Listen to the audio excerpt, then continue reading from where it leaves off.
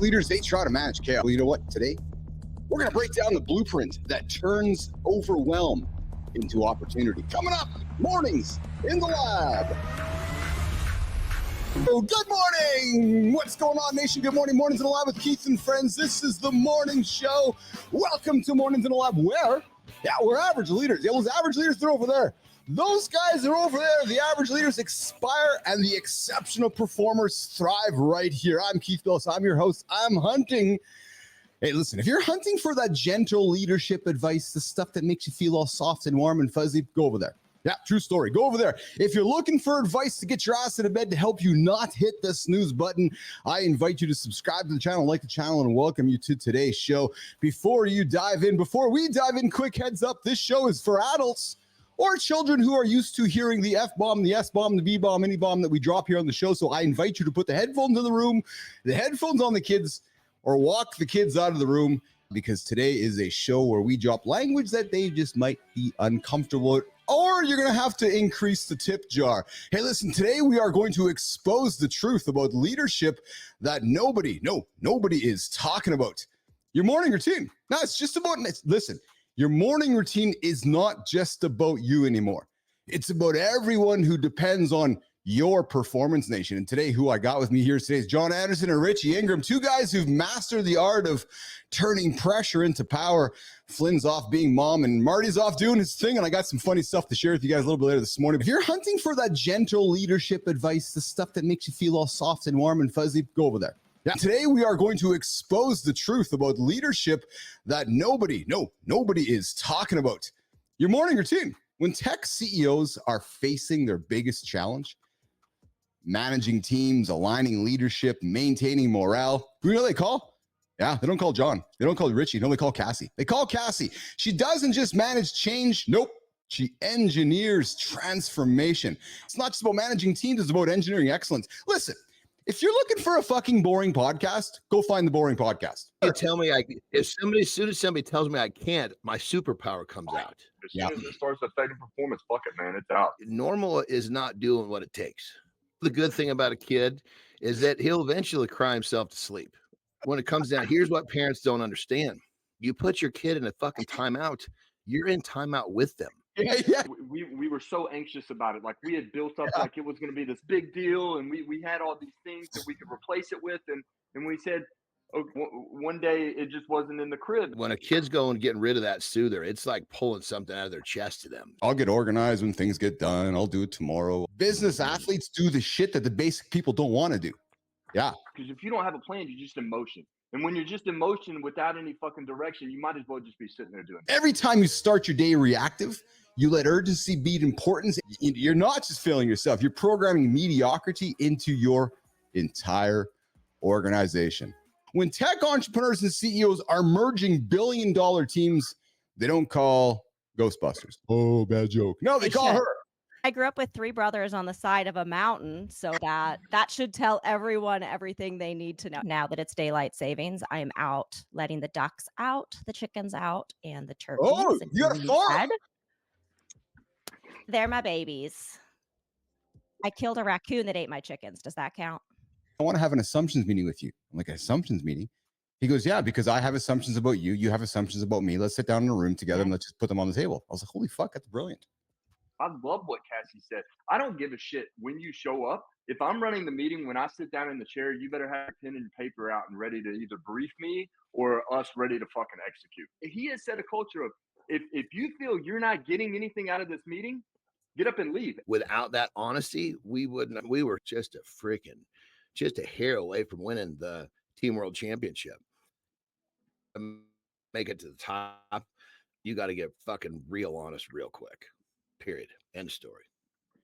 It's an engaging conversation that should never end.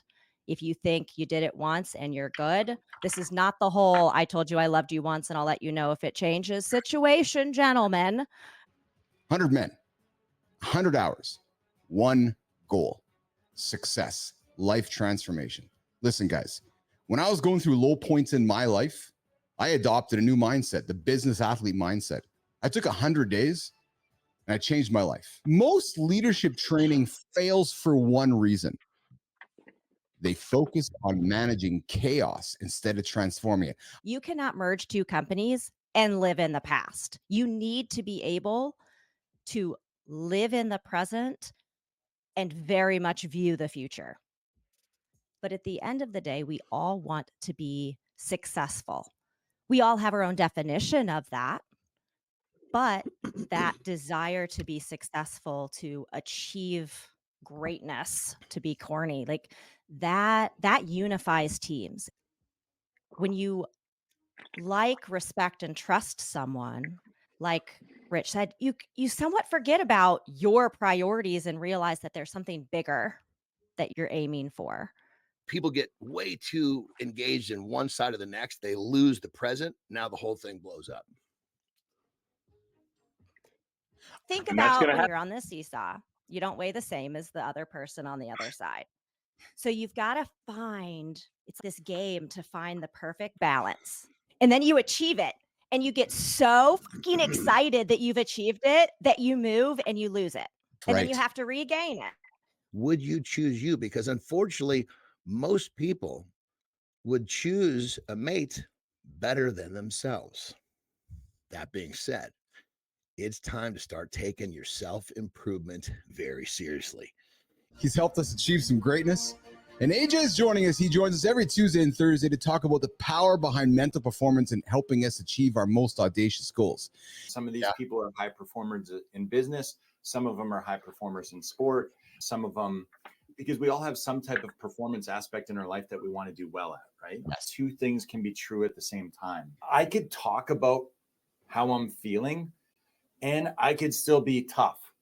When it comes down to it, I think what a man really strives to do is truly own himself, be unapologetic for who he is.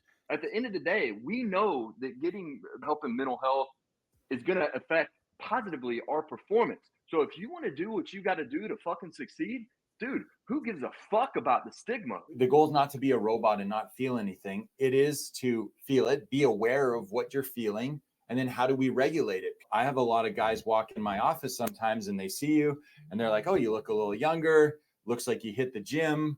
You're covered in tattoos. And all of a sudden they're like, okay, I'm in here with a dude here.